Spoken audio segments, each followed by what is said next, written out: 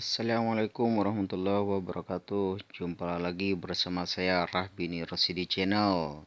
Di channel tutorial potong rambut. Seperti biasa, untuk yang baru bergabung, jangan lupa tekan tombol like, subscribe, komen, dan share. Dan jangan lupa aktifkan pula notifikasinya agar tidak tertinggal dengan video-video terbaru kami. Dan saya ucapkan pula terima kasih kepada yang sudah bergabung dan subscribe channel Rahbini Rosidi. Selanjutnya di sini saya akan memberikan tutorial bagaimana cara memotong rambut dengan menggunakan thinning phaser. Pertama-tama seperti biasa, guard yang kita gunakan yaitu guard nomor 2 untuk membuat pola dasar. Setelah selesai, step berikutnya yaitu di sini saya tidak menggunakan zero clipper, namun saya langsung memakai guard 0,5 untuk membuat baseline. Cara ini saya pakai ketika lagi banyak antrian, karena kalau saya masih menggunakan cara teknik dasar maka akan memakan banyak waktu, sehingga yang saya khawatirkan pelanggan yang lain akan bosan dan jenuh menunggunya. Maka saya gunakan teknik ini, langsung membuat sedikit gradasi, namun tidak sepenuhnya ini rapi, akan tetapi untuk ke belakangnya nanti ini akan saya detailing agar lebih mudah dan lebih cepat. Sebenarnya ini hasilnya akan sama seperti teknik-teknik dasar, namun di sini karena butuh percepatan makanya saya pakai teknik yang seperti ini. Bukan maksud untuk menggurui pada teman-teman, saya hanya berbagi cara saya, karena setiap orang memiliki karakter masing-masing dalam teknik pemotongan rambut. Maka di sini saya coba berbagi pengalaman saya dalam teknik memotong rambut fade yang cepat. Kemudian kita lakukan langkah berikutnya yaitu clipper overcomb untuk melakukan blending. Tujuan blending ini sebenarnya untuk memotong rambut yang ujung-ujungnya tidak sama rata. Di sini kita mencoba meratakan yang masih nyembul-nyembul, teman-teman. Maka dari itu kita coba menyeimbangkan untuk menciptakan gradasi yang rapi mulai dari skin sehingga bagian ujung atas.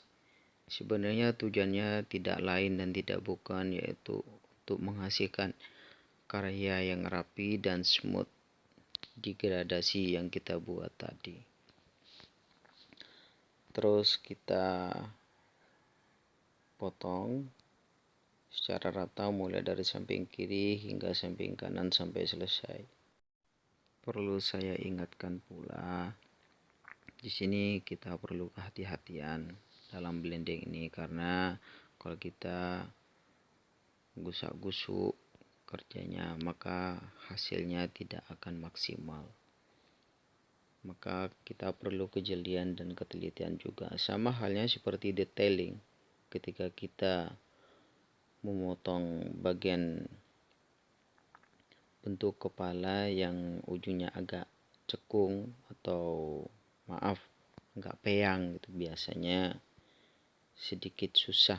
Maka di situ perlu ketelitian dan kehati-hatian untuk detailing menggunakan ujung gunting atau ujung clipper, terserah teman-teman mana alat yang akan digunakan untuk teman-teman yang lebih mudah untuk dipakai.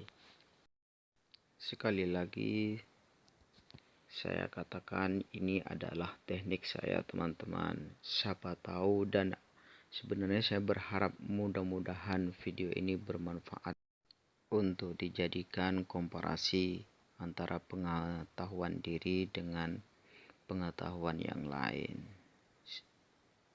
Intinya adalah sebagai studi banding saja.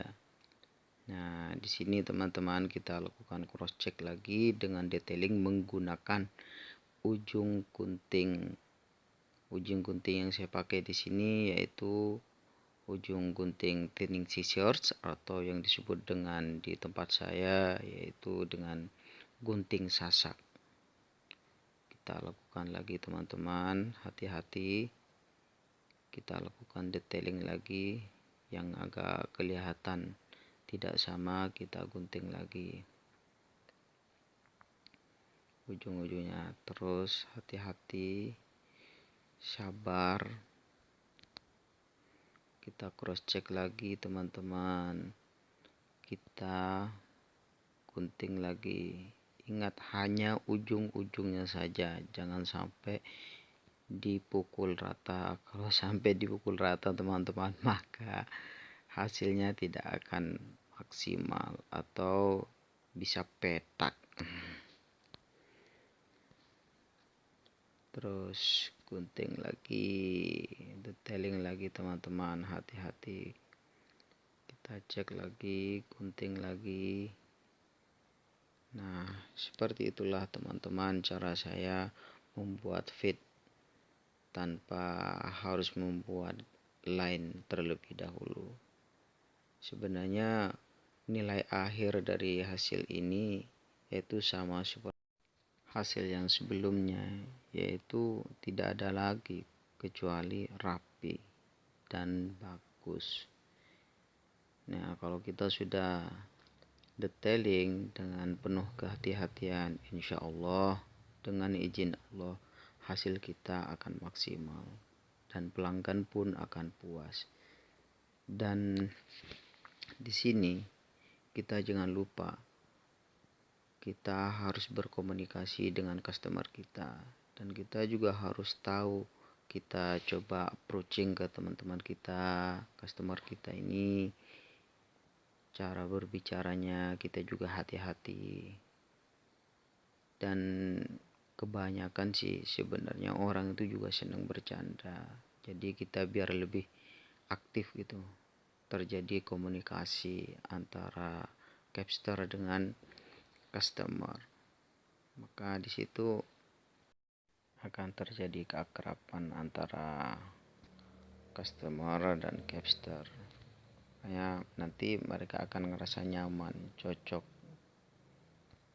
dan secara tidak langsung itu untuk menarik customer teman-teman. Jadi pelanggan-pelanggan kita itu ngerasa nyaman dengan kita ajak ngobrol, jangan cuma diem, datang duduk suruh gunting.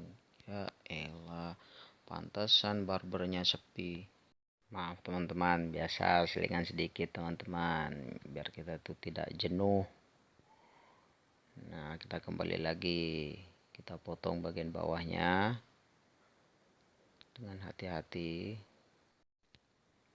Terus digosok dan digosok teman-teman, pelan-pelan mulai dari bawah ke atas. Bedanya di sini kalau kita gosok dari bawah ke atas, maka rambutnya akan lebih bersih daripada digosok dari atas ke bawah atau dalam posisi terbalik teman-teman. Seperti itulah cara saya, boleh diikutin dan juga tidak juga nggak apa-apa, karena ini setiap orang seperti saya bilang tadi, saya katakan tadi, setiap orang tuh punya karakter masing-masing dalam memotong rambut. Terus dipotong habis teman-teman, hati-hati, pelan-pelan. Nah, kalau sudah selesai seperti ini, jangan lupa nanti di cross check ulang. Karena apa? Kadang kita itu lupa, masih ada yang ketinggalan. Nah, seperti inilah teman-teman. Terus hati-hati teman-teman, kita potong pelan-pelan. Berikutnya